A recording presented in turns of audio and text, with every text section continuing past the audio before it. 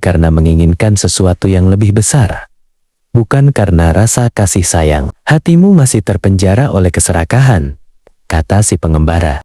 Seketika itu juga, kotak makanan yang dibawa Erta berubah menjadi bata-bata hitam yang berat. Gudang-gudang gandum milik Erta yang ia kunci rapat tiba-tiba diserang oleh ribuan tikus, hingga semuanya hancur dan tak tersisa sedikit pun. Erta terduduk lemas, melihat kekayaannya lenyap dalam sekejap.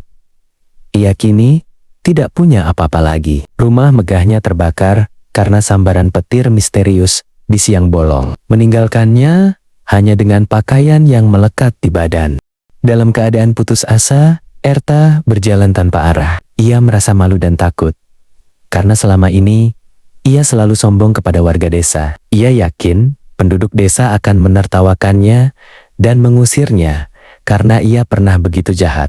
Namun, saat ia melewati rumah Budi, langkahnya terhenti. Budi melihat Erta yang malang dan segera menghampirinya. Bukannya mengejek, Budi justru merangkul pundak Erta dan mengajaknya masuk ke rumahnya yang kini sudah lebih layak, namun tetap sederhana.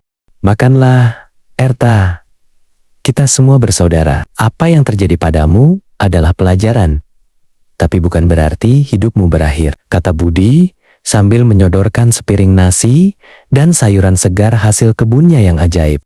Erta menangis, terseduh. Ia merasa sangat malu atas segala perbuatannya di masa lalu. Maafkan aku, Budi.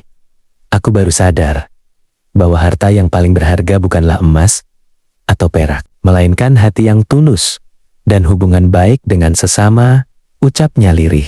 Sejak hari itu, Erta berubah total. Ia tidak lagi memikirkan kemewahan. Ia mulai bekerja bersama Budi di kebun dan membantu mengelola mata air ajaib itu untuk kepentingan seluruh desa. Erta belajar untuk merasa cukup dan berbagi dengan sesama.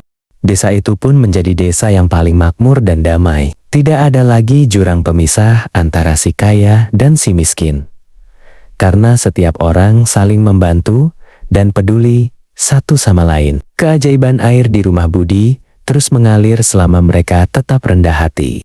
Pertapa sakti itu tersenyum dari kejauhan sebelum akhirnya menghilang. Ia telah berhasil memberikan pelajaran berharga bahwa kekayaan sejati tidak disimpan di dalam gudang atau peti besi, melainkan di dalam hati yang penuh rasa syukur. Budi dan Erta akhirnya menjadi sahabat baik yang memimpin desa tersebut dengan bijaksana. Mereka membuktikan